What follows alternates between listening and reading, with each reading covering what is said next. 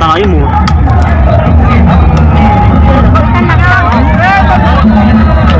cô chị nói mi thôi cô chị nói mi thôi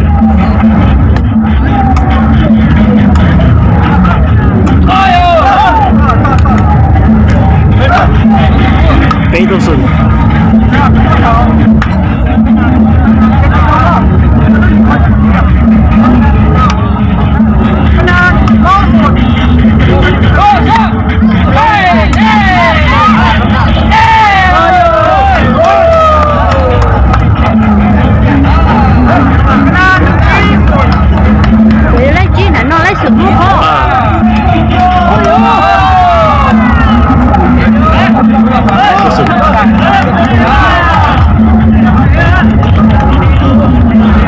nó đồ rồi chẳng là ở đây đồ nó lấy sụp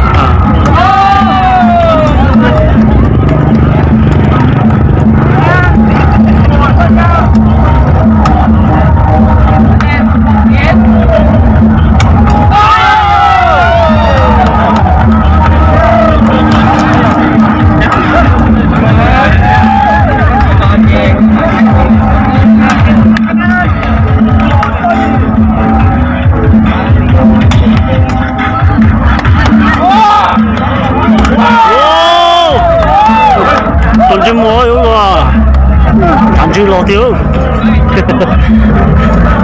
tôi còn đợi rồi cho nó tỏa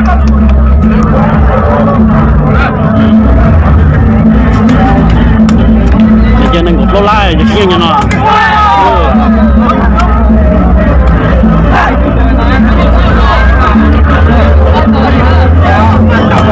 thấy là giờ mình lâu lại nhẹ cho riêng con để lúc thấy là giờ mình một đô la nhẹ giờ bắt tới nhiều cho nó giờ đi nhân nè giờ nè nhân nè như sắp bỏ như sắp bỏ nhỏ tính đấy về phần nó có lấy nhờ lấy hồ nói giờ lấy như ha đi tới thì hồ lọ cũng có gì nữa không alo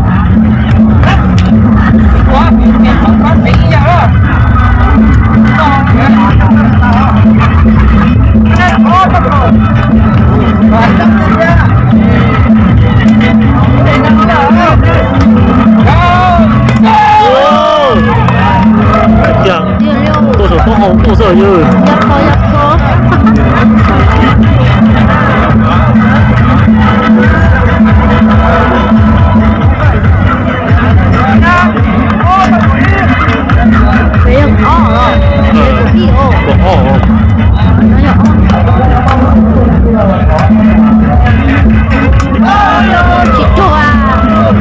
trời tan có tốt tí có tốt đi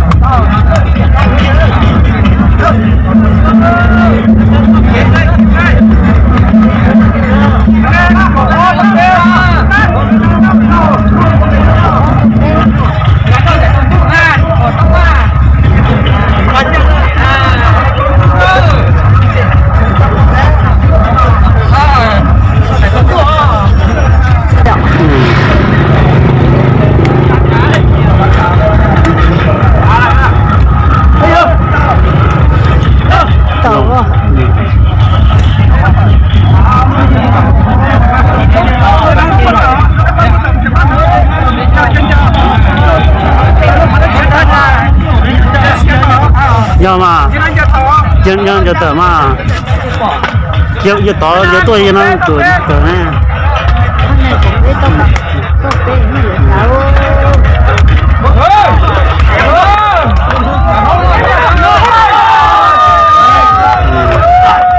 cho nhiều rồi mà cái dạng cô như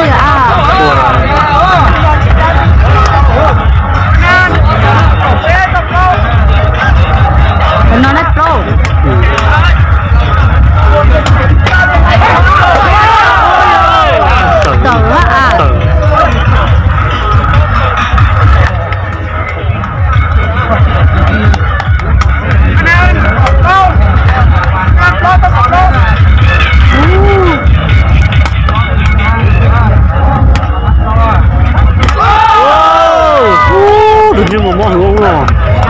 Tôi chỉ muốn đi mò hả? Giờ đi liên chỉ nhận rồi. Trời chỉ nhận bây giờ con nhận trời đồ.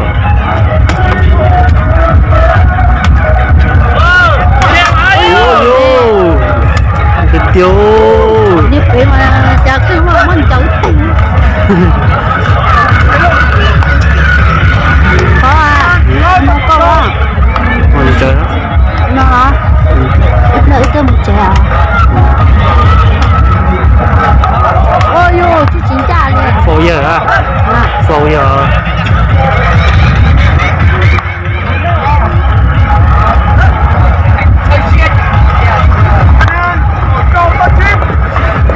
Nó chí sẽ. Nó nói chí, rất wow. Ôi, nó to ngọt.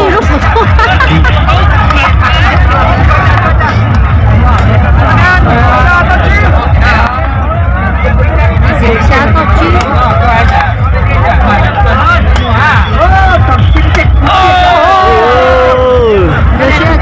Sao thì có chín lông này đó cho nào.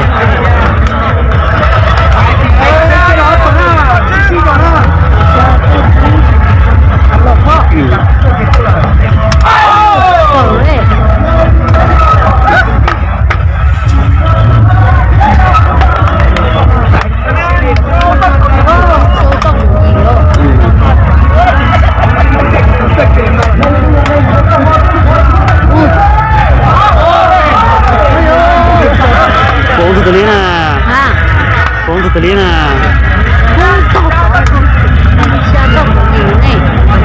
Cái tàu phổ à.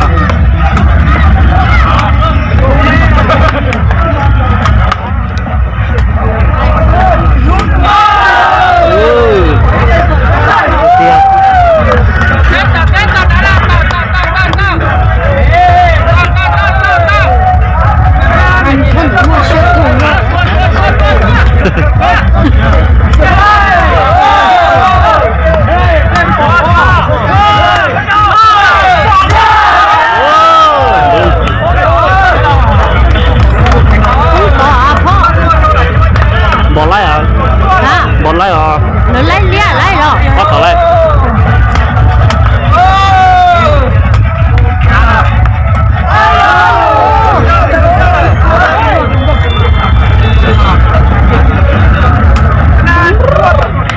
Tôi cho chó lửa ra. Chó lửa ra. Cổ chua nè ha. Cổ chua tôi chua. Cổ chua tôi chua ra. Phần nào lấy chua, phần đấy cổ chua.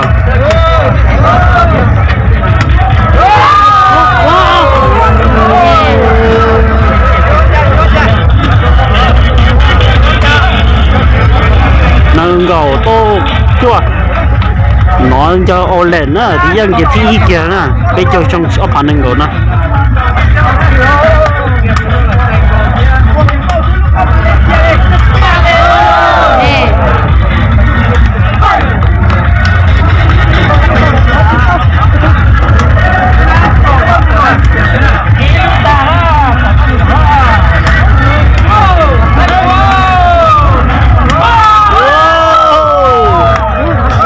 Tiêu xi măng nhiều lót tơ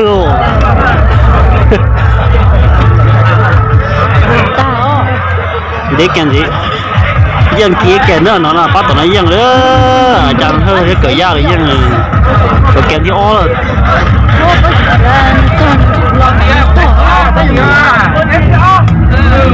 rồi kèn thì ó rồi nó là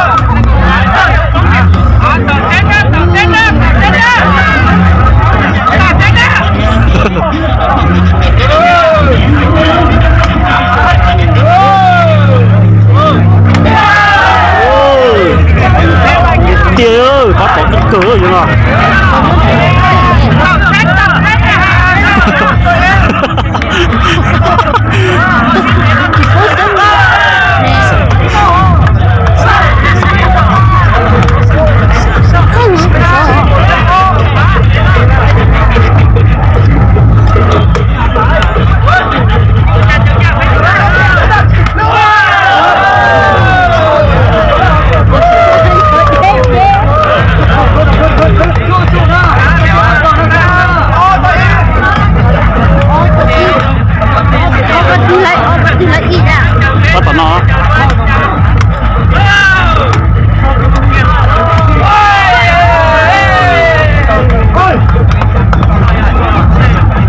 rồi đi kêu nó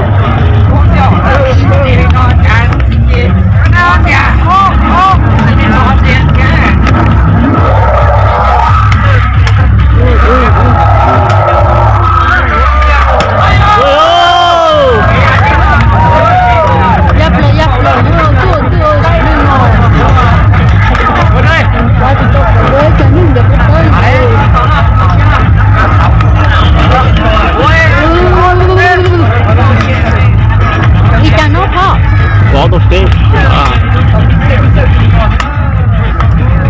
ôi vô tôi tẩu luôn rồi tôi xíu tiêu nó khám bỏ à ăn rồi lại rồi lại không phải mà bê bê vậy cái lọ của nó